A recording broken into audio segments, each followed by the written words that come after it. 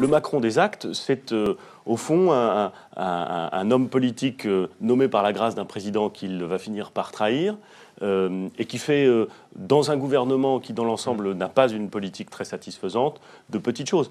Donc, voilà, j'aime bien le Macron des discours, j'aime moins le Macron des actes. Tous les parcours un peu surprenants qui, un jour ou l'autre, ont été tentés d'entrer dans la vie politique, en fait, se sont soldés par des échecs assez rapides. Emmanuel Macron n'est rien d'autre que l'héritier de François Hollande et de son quinquennat. Et quand je le vois, par exemple, au Liban, nous dire qu'il regrette qu'on est dans la diplomatie française, fait du départ de Bachar el-Assad un préalable à toute action siège, je dis, mais il était où Emmanuel Macron pendant ce quinquennat? Quel est le vrai Emmanuel Macron?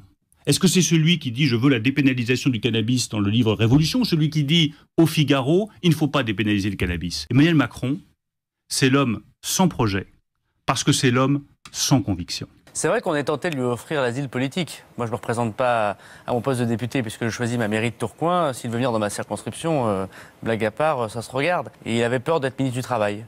Alors, comme la nomination dans quelques jours, comme il est incapable de faire baisser le chômage, comme il parle beaucoup et qu'il n'agit pas, après tout, il est ministre de l'économie, il devrait imposer sa politique. Qu'à travers Emmanuel Macron, ses grands intérêts financiers auraient le pouvoir. Et d'ailleurs, c'est très simple. Posez-vous une question. Pourquoi ces heures et ces heures de télévision en direct?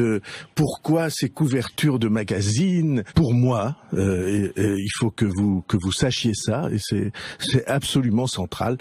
Je ne suis pas pour que le pouvoir de l'argent prenne le pas sur la politique. Moi, ce que je ne comprends pas, c'est pourquoi il dit un certain nombre de choses et après, en général, il recule toujours. C'est-à-dire, il dit « Ah ben non, mais je n'ai pas vraiment dit. » Donc voilà, là, soit c'est de la maladresse, soit, je ne sais pas, c'est une sorte de jeu de rôle pour faire plaisir, je ne sais pas, à Bruxelles, pendant que Hollande se met à gauche de la gauche, j'en sais rien.